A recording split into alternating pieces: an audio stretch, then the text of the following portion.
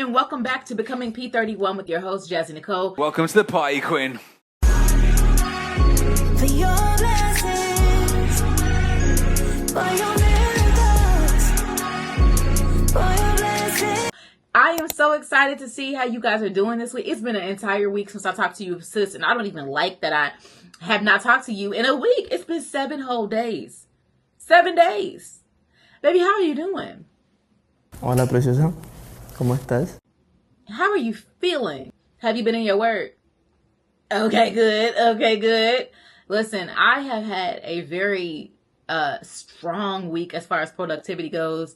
And honestly, my week has been full. It's been like workload crazy. And you know what? I can't even complain because it's one of those situations where like you are asking God for more and God gives you more. It's like, girl, don't even complain about it because God is looking out for you. You are operating in what you prayed for, period. So this week has been so good because for me, I am hands full, very blessed, super excited. And there's been things that God has been really showing in me and showing for me and showing up for me and reassuring me. And I got to tell you about them. So today, let me tell you the title of today's podcast first. Today's podcast is about vulnerability, the importance of vulnerability. So the power of vulnerability, the importance of it, and embracing it as a godly woman. So as we get into this, I'm going to tell you, well, for one, I ain't even got to add no disclaimer because y'all know I be real vulnerable with y'all.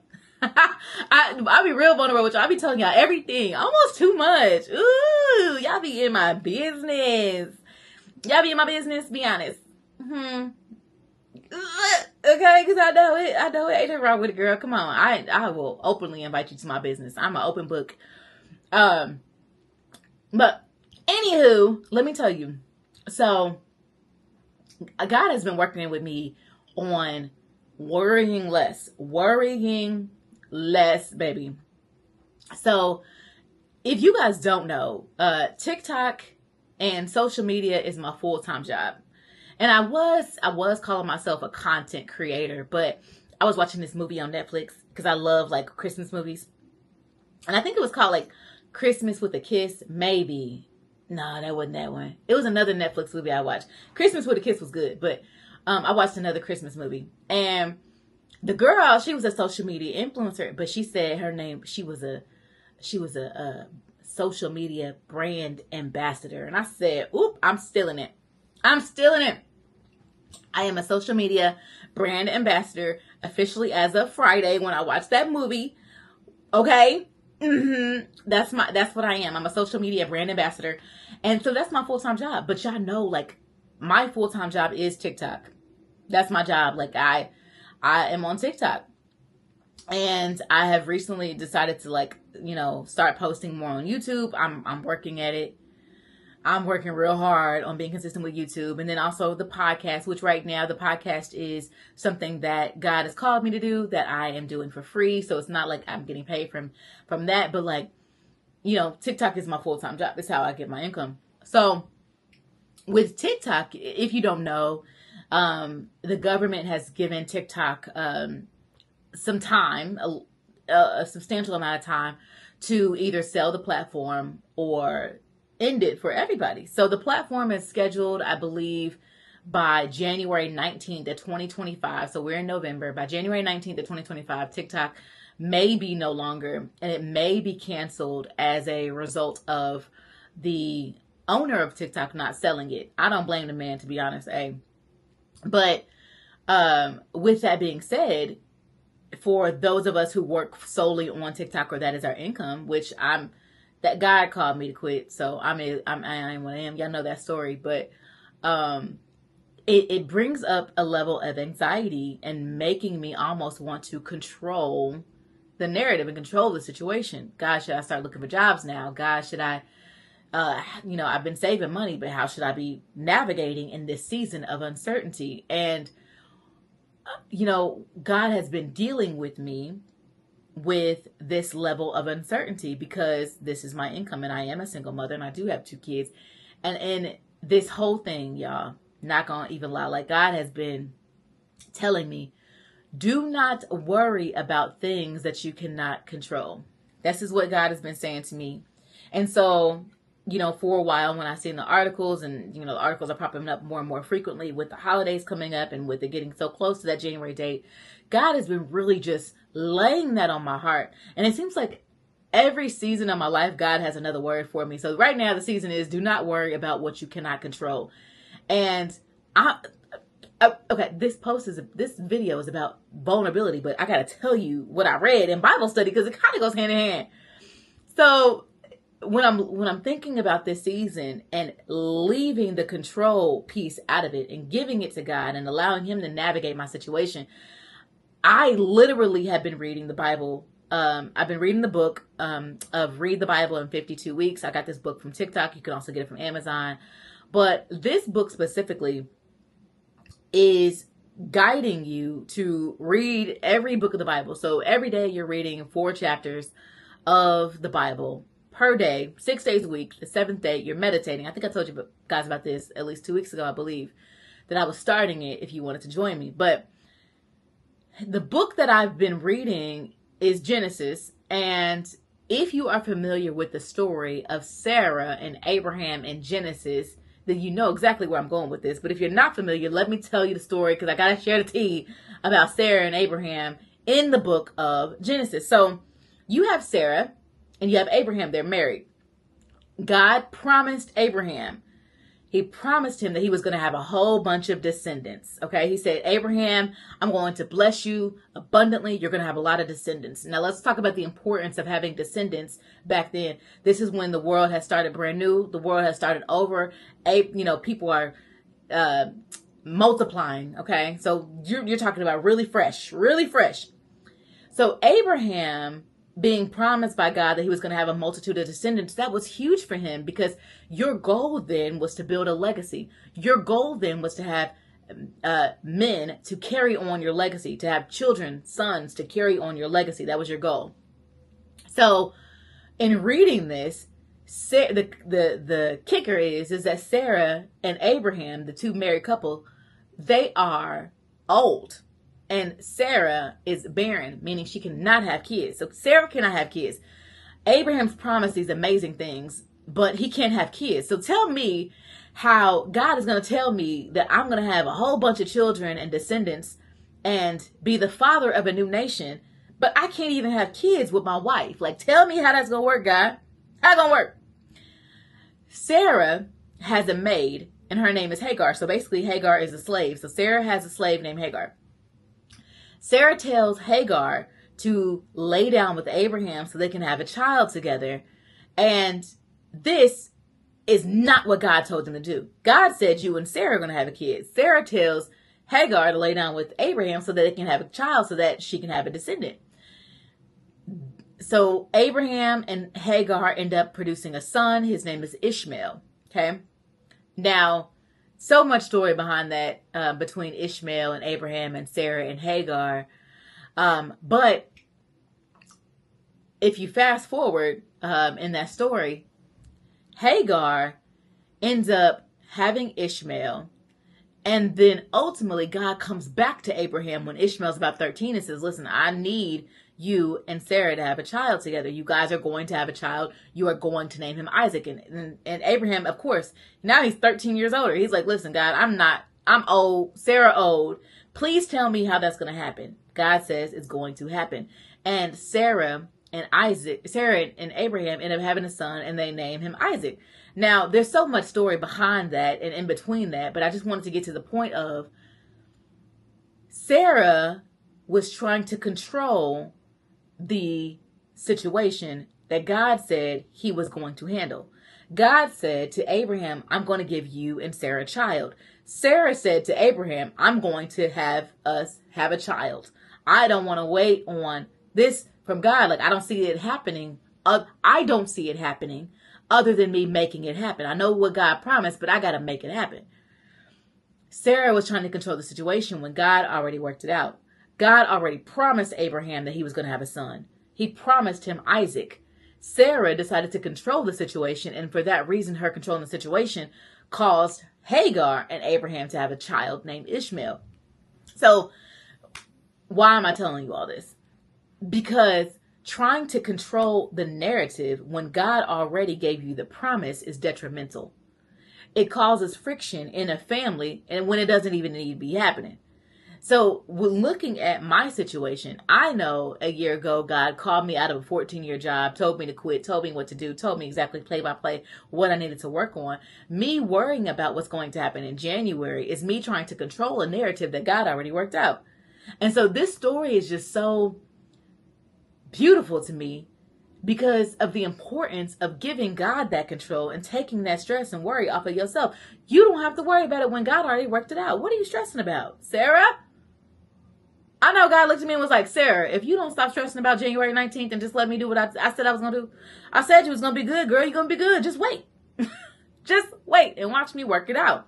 And if you have to pivot, if my calling for you is to pivot, I will allow you to pivot. And I don't know who else that is for, but baby, stop trying to control the situation that God already worked out. Stop being Sarah. Sarah, stop being Sarah. So, anywho, let's talk about the real topic, which is being vulnerable, the power of being vulnerable. And let's talk about what vulnerable, girl, get it out. Yes, I'm trying. Let's talk about what vulnerability means and why it's critical in our faith journey. Okay. Now we're going to look at a couple verses together and I'm going to put them in the description box. Okay. So we're going to look at 2 Corinthians verse 12. We're going to look at verses 9 through 10 in the NIV. And it says, but he said to me, my grace is sufficient for you, for my power is made perfect in your weakness. Therefore, I will boast all the more gladly about my weaknesses so that Christ's power may rest on me. So when we're looking at this, but he said to me, God is saying to you, my grace is sufficient for you. And he's saying to you, my power is made perfect in the areas that you're weak in. He says, then the man responds, so therefore I'm going to boast more gladly about my weaknesses. I'm going to be excited. I'm going to talk about how weak I am because I know that Christ's power is going to rest in the areas I'm weak in. Let's think about it. Sarah was barren. She was weak in the area of being able to have a child, but God's power was allowed to be made perfect through her weakness. Girl, y'all not ready for that. Y'all not ready for that. My weakness is worrying. I will worry. I will worry. I will worry. I will worry. I will worry. I will worry. I will try to control. I will try to control. I will control. And for that reason, that is my weakness. But God, if I give that to him, his power is going to be made beautifully through that. And if we are being vulnerable with each other, and we're being open, and we're being transparent, and we're being honest with each other, we can see the importance behind that. Because, yeah. What time is it? 8:15? Yeah, 10 minutes. Yep. So if we're being honest about that, being vulnerable is being open and transparent, right? Let's think about some situations that you may have heard someone's story about Christ, about their relationship with God that was hard for them. I mean, they're telling you their story and they're in tears. When God saved me, when God met me, when God corrected me, and they're emotional. Their vulnerability and their openness and their transparency probably allowed a lot of people to grow in their relationship with God. This is important. Recognizing your weaknesses and recognizing your limitations is important. God, use this flaw within me. I have a flaw of worrying. God, use that. Please flip it. Because with me, I'm going to be stressing out for 7 days and 7 nights. With you, baby, I ain't no telling what you're going to do with it. Please take it. Just take it. I have a habit of controlling the narrative and trying to control a situation. God, take it from me. Now that one's scary because you have a control issue. Baby, God is going to leave it to where you don't have no option other than to rely on him. No option. No option. But really, all of that being said, you are in the process of embracing the humility of coming to God in your vulnerability, coming to God in your openness and your transparency. And then not only just with your walk with God, but vulnerability in your walk with God and even in your relationships is so important. So I just started a relationship. This is coming on officially our 1 year, which is celebrate. This guy is amazing. He is so sweet. He is so thoughtful. He is just a breath of fresh air. A breath of fresh air. And I was having a conversation with him, and I was telling him about my past relationships and the way I operated in my past relationships, which was not being open and honest. Not saying I'm lying, but like I hid parts of myself so that I wouldn't look a certain way. I hid parts of myself so that it wouldn't come off a certain way. And with him, I feel open and able to be completely transparent with him and be honest with him. And I think it's beautiful. But I don't think that I would have been able to be here had I not been vulnerable, open, transparent, humble, recognizing my weaknesses, recognizing my areas of opportunity with God first. Because first, I'm a daughter of my Father. You know what I'm saying? So thank God for that, baby. Thank God for the times that he takes us through where we are operating in vulnerability, because God, doing this with God is teaching us how to do it in relationships. It's teaching us how to do it there. Now, can we talk about like some biblical figures that demonstrate being vulnerable? And I think when we look at this, when we look at it, there's a few of them. I'm just going to give you the scriptures and look them up.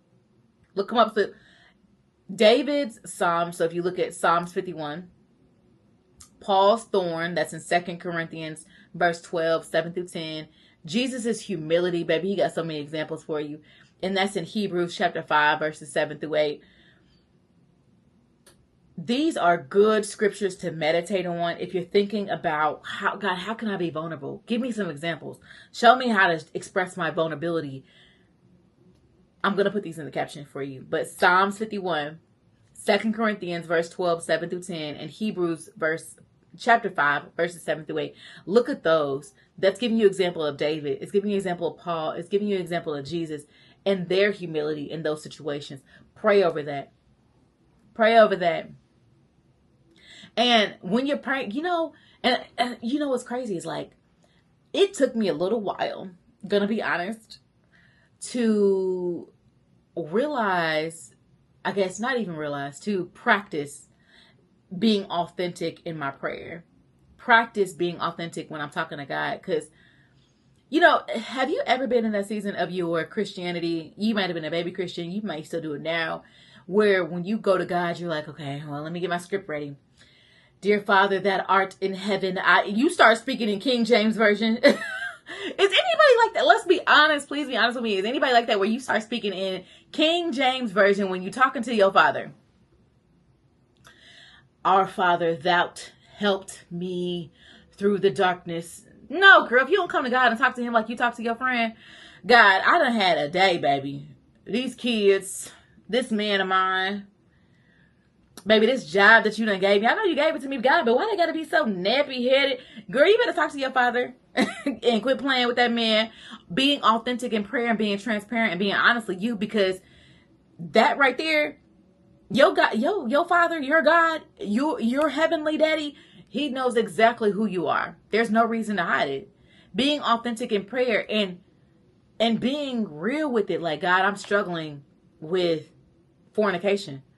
God, I'm struggling with watching porn. God, I'm struggling with having ill thoughts to my friend. God, I'm struggling with gossip. I'm struggling with judgment. God, I'm struggling with this. God, I'm struggling with that. Be honest and transparent with your Father. Let him know what you're struggling with. God, I'm struggling in those areas. This is so important, because being vulnerable is being honest and transparent and being authentically you. So when you are being authentically you with your Father, you're sharing with him what you're going through so that he can operate through you and help you navigate through it. He may not take it away, but he's going to show you how to handle it in a godly way. Stay in your word so he can navigate that through. And so when you're praying with God in your authenticness, you're being 100% you. You're sharing your struggles. You're honest about your human emotions. If you think about it, like, I used to wonder, like, I don't want to tell God I'm mad. I don't want to tell God I'm upset. I don't want to tell God that I'm feeling some type of way. I don't want to tell God this. God made you. He made us. So you don't think he recognizes your emotions? God, I'm angry. God, I'm angry. And even God, I'm angry with you. Whew. You hear me? There's been times where you, me, your cousin, and your auntie that have been angry with God. Okay? And if you haven't, girl, keep living. Because there's times where it's like, God, why? God, I'm angry. God, I'm upset. God, I'm confused. God, I'm frustrated. Honest. Because right here, this is a relationship between you and your daddy. Baby, honest. Honest, honey. And there's so many benefits of really embracing your vulnerability with God. I already told you one, because you are vulnerable with your Father. What's going to happen? What's going to happen is that you're going to notice that you are more open and vulnerable with other people that you love, people that you care about, people that should see you for who you are, because you deserve to be seen. And that's 100% true. And when we look at Psalms chapter 119, verses 71, it says, "It is good to me to be afflicted so that I may learn your decrees." Listen, you're going to have so much deeper relationships when you practice vulnerability. Is it easy? So, no, it's not. If you're someone who struggles with being vulnerable, it is not easy. But it is beautiful when you find that it is easier for you to have deeper relationships because they're more meaningful and they're more impactful. So your relationships are going to be deeper. And I'm noticing, it's so crazy, y'all. And I feel like I'm noticing that in my own relationships, not just the one with me and my boyfriend, but with me and my friendships too. With me and my friendships, like being vulnerable and being honest. I had to tell one of my best friends the other day, like, honestly, I had to check myself before I came to you because I felt like I was doing this to you. And I don't think that that's fair to you. You don't deserve that. And I'm sorry. And she's like, I didn't even notice. I'm like, well, I got to apologize to you because that's how I was feeling. And I love you. And I cannot allow myself to go down this route without telling you that in my heart, I felt a type of way. And I don't think that that's fair to you. So I want to apologize to you because I was wrong. My heart posture was wrong. And honestly, I looked at that situation, and in hindsight, I am so grateful of where God has taken me in my vulnerability, to be honest and be transparent, and to humble myself, to admit that I'm wrong, to admit that he is correcting me, to admit that I have flaws, and to not hold that in my heart, because these are people you love. You know? But so not only are you being vulnerable with God and you're developing a deeper relationship with God, but it pours over to your children, to your friends, to your relationships. And then attached to that is a level of spiritual growth. Attached to that, you are growing spiritually because you are being authentic with your Father. And now that you have deeper relationships, you have a deeper spiritual relationship, you have deeper connections with your family and friends and your significant other, you're developing an authentic community. You know, and when I go back and I think about it, like my past relationships, being that I hid parts of me, I was never fully able to be my 100% Jazzy. I was never able to be 100% me because I was too busy hiding pieces of me because I was scared to release the vulnerability. I was scared. I was scared to talk about the struggles I had with suicide. I was scared to talk about the struggles I had as a single mother. I was scared to talk about my anger issues as a mother because I can never claim to be the perfect mom, but I can claim improvement. I can claim that I have improved as a mother. And part of that improvement was my frustration and my anger and how I took my anger out. And how I handled situations that I shouldn't handle with my children with grace. I handled it with frustration. And I wasn't honest about that. I didn't share those pieces. And now in my growth, I can share those pieces because I'm in the process of improving those pieces. I'm in the process of working on that. And so I just think it's beautiful. I think it's beautiful. I just wish that for everybody, like to have that space of the authentic community that I think that we all crave. Now, oh, this is good. This is good. I want to ask you, how do you think that godly wisdom guides your vulnerability? Ooh, y'all, oh, this is good. Okay, so let's look at James chapter 1, verse 5, and it says, if any of you lack wisdom, you should ask God, who gives you generously to all without finding fault, and it will be given to you. Bro, I feel like I've had so many so many situations in my life that I was trying to be authentic and vulnerable and transparent, but in the wrong setting. Bro, wrong setting, wrong time. And I kind of already told you about some wrong setting, wrong time before, but like, have you ever had a situation where, even with the wrong person, you shared some intimate details, you were being vulnerable and transparent with the wrong person? Have you ever had that? Like, I've definitely had that. So luckily we have our Father who is amazing. That Proverbs challenge really ate down, because the Proverbs challenge, I think, really helped solidify a lot of this. But if you don't recall, the Proverbs challenge was for the month of October. My friends on TikTok and I read one chapter of Proverbs every single day. And Proverbs, that book, is all about godly wisdom. So if you have not dove into Proverbs, read it. It's good, and it's all about godly wisdom. And a man named Solomon wrote the majority of that book, but it's so good. So godly wisdom helps you refine. Yeah, it helps you refine discernment, your tool of discernment. And us being believers, we have a tool of discernment. Some of us have to refine it. Most of us have to refine it. Most of us have to work on our discernment tool. But in discernment, it helps you to navigate right and wrong, the person, the time, all that. Prayerful consideration. So praying, before you even release that vulnerability, consider God in that. And then seeking counsel. So if you're not sure, seeking counsel through therapy or other people of God, just seeking godly counsel. These right here, I wish I would have had it when I was just being vulnerable with the wrong people. I mean, and there's been times where I've overshared with the wrong people, in the wrong crowds at the wrong time. I've overshared. And so discernment has allowed me to really navigate that, talking to God about it, even talking to God about times that I did. I'm like, God, I don't think I should have shared that. Being vulnerable with him,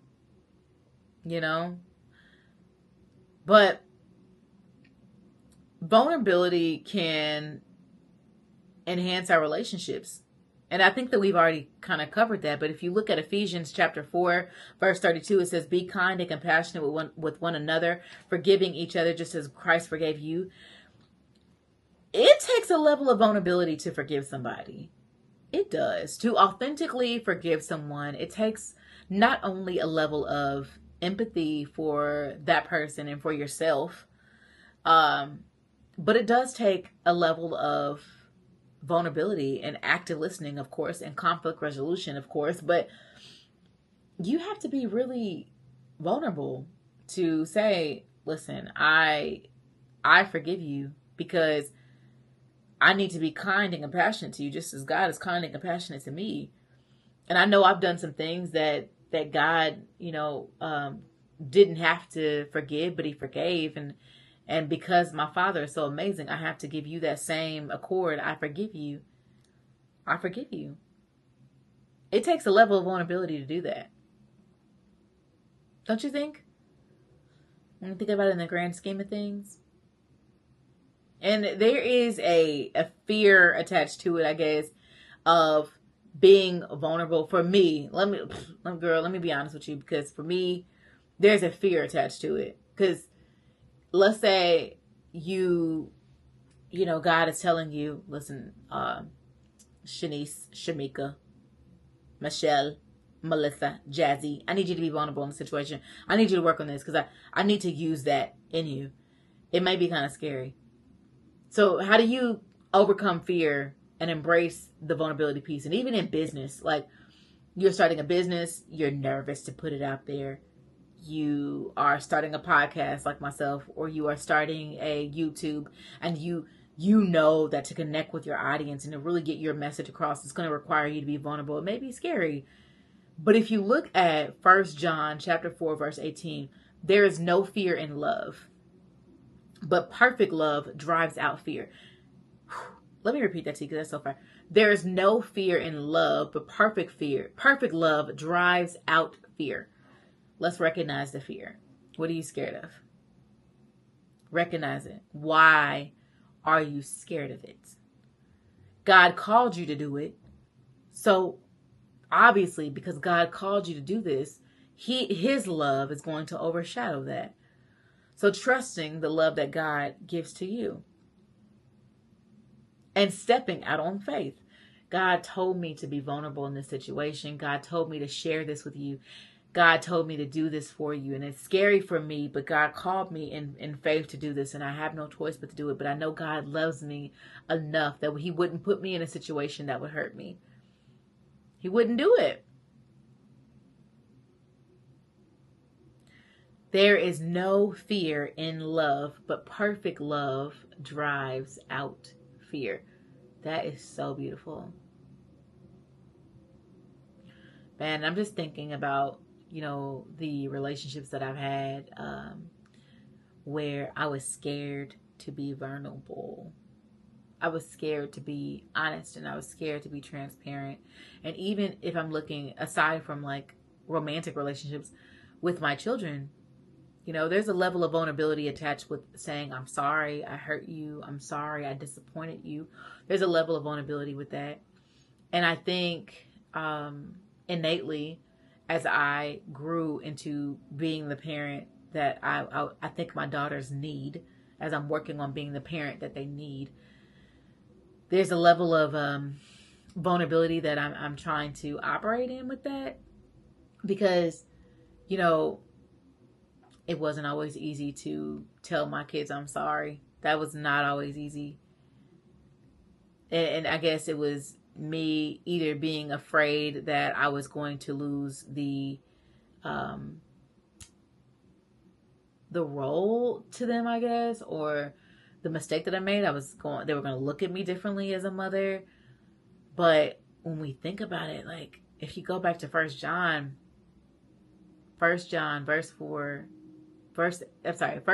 chapter 4, verse 18, there is no fear in love, but perfect love drives out fear.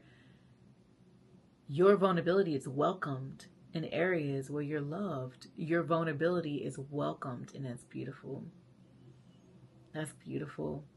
The authentic you is welcomed, even if you're scared, in areas where love is. And if you're in a situation, who's ever listening to this, where you are scared to be your authentic self, you're scared of that, reevaluate it. Give that to God. Because where real love is, it drives out that fear. And that may be some healing that needs to be done for you. That may be God calling you out of your relationship. Whatever that looks like for you, bring that to God. Be transparent and honest with Him. God, I'm in this situation. I'm in this relationship. And in my relationship, I'm scared to be myself. God, what are you telling me? What are you saying to me? I'm scared to be vulnerable in my relationship. God, what are you saying? Because you told me in 1 John chapter 4, verse 18, that there is no fear in love, but perfect love drives out fear. But yet here I am and I'm scared. God, what are you telling me? Or are you a mother or a father who is in a situation where they are nervous to be vulnerable with their children? I am operating in perfect love for my children. There's no fear here.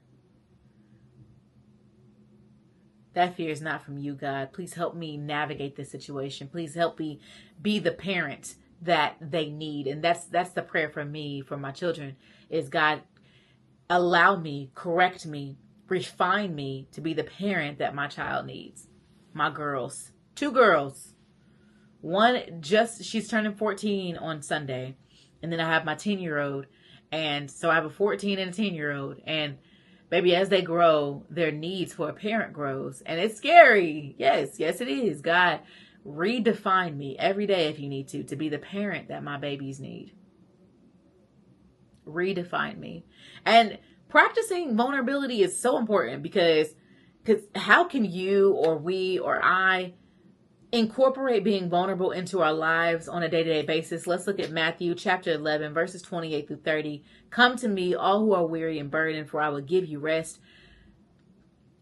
You got to bring that to God, baby. Baby, you got to bring that to God. That's how you practice vulnerability. Baby, talk to your Father. So one of my favorite things to do is to journal. I have way too many journals. But let me tell you, journaling is so fun. You just got to if you're a girly girl, you got to get you some cute pens, honey. Get you some cute pens and grab you a journal. Let me tell you the place that has some of the best journals for the low. Hobby Lobby. Hobby Lobby. And I know right now, if you're on TikTok, you've probably seen the video where the owners of Hobby Lobby, the CEO or the company Hobby Lobby, donated money, like bands to Donald Trump. And so a lot of people are boycotting Hobby Lobby. I'm not there because Hobby Lobby be having some deals. So if you're boycotting it, hey, be great. I'm not boycotting nothing, baby. I need all the sales I can get. And they got some cute journals in there. So I found the cutest journal from Hobby Lobby for like $4. And I told you about Hobby Lobby before because I found a couple of devotional books out of there for $3. So y'all can boycott it. I'm going to be in there getting my journals and my Bible books. Hey. But, yeah, Hobby Lobby is a really good place to get some journals.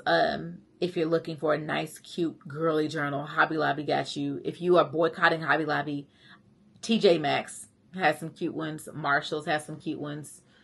I haven't seen any real cute ones in Five Below, but those are my recommendations. But I love to journal. Journaling is my thing. And so journaling, because you like word vomit on paper when you're journaling. For some reason, that's what I do. I go on a complete tangent. Of course, prayer, but authentic sharing with people. So journaling, getting it all out there, talking to your Father through prayer, and authentically sharing your stuff, authentically sharing what you're going through. Because what I look at it like is, honestly, you're not the first person who's ever going to go through what you're going through, and you will not be the last. And you never know who you are touching. You never know who you're touching. You never know who your story is going to bless, inspire, give confirmation. You never know. You never know. So authentically sharing that. So in conclusions, think about vulnerability and godly wisdom are essential for spiritual growth and meaningful relationships. I'm learning it, and I love it. I love it because your relationship, as you cultivate your relationship with God, it's going to offer an overflow. So people around you are going to be blessed because you're a blessing. Period. People around you are going to be blessed. So practice vulnerability. If you struggle with it, practice being vulnerable. If you need some steps, do it in prayer. Do it in journaling. Pray to God about it. Tell him what you need. Tell him what you desire. Okay? Ooh, and I told y'all about this. I think I told y'all about the book. I know I told you about the book that I need to actually read. I still have not read this book. I need to read it. It's called The Gift of Imperfection by Brene Brown. The Gifts of Imperfection by Brene Brown. If you struggle with vulnerability, if you struggle with second guessing yourself, I'm reading this book. I'm starting it tomorrow. That's in my mind. In my mind, I'm starting it tomorrow. But it's The Gifts of Imperfection because this is so important for me to read it. I'm staring at it right now. I'm gonna check it out tomorrow. But if you need some of that, definitely dive into some books to help you navigate through that. So thank you guys so much for tuning into today's podcast. And as you know, I love speaking with you, and I cannot wait to speak with you on next Tuesday at 6 p.m. is the plan. If not, by midnight, I will post that video. But thank you guys so much for joining in. You know we can't leave unless we pray it out, so let's go ahead and pray. Dear Heavenly Father, I thank you guys so much for the people listening to this podcast, God. Thank you so much for them. And God, as we walk in our journeys to become more vulnerable at using your godly wisdom, not our own, but yours, God, I just want to tell you thank you. Thank you so much, God, for allowing us to be more vulnerable with people in our lives that we love, people that we care about, to share our testimonies so that people get closer to you, to share our testimonies in a way that glorifies you, God, because we are so grateful that we are here. And each and every one of us has a testimony. Each and every one of us has a story that you showed up in our lives that brought us here, where we're learning more about you and where we're loving and growing as Christians and as lovers of God. God, thank you so much. And God, I pray for anyone who is struggling with vulnerability, that they continue to seek you about that, God, either through prayer, through journaling, through seeking healthy counsel, through being around people who it's easy for them to share. It's easy for them to be vulnerable, God, because being vulnerable with you leads to relationships that are meaningful and impactful. And God, we thank you for that.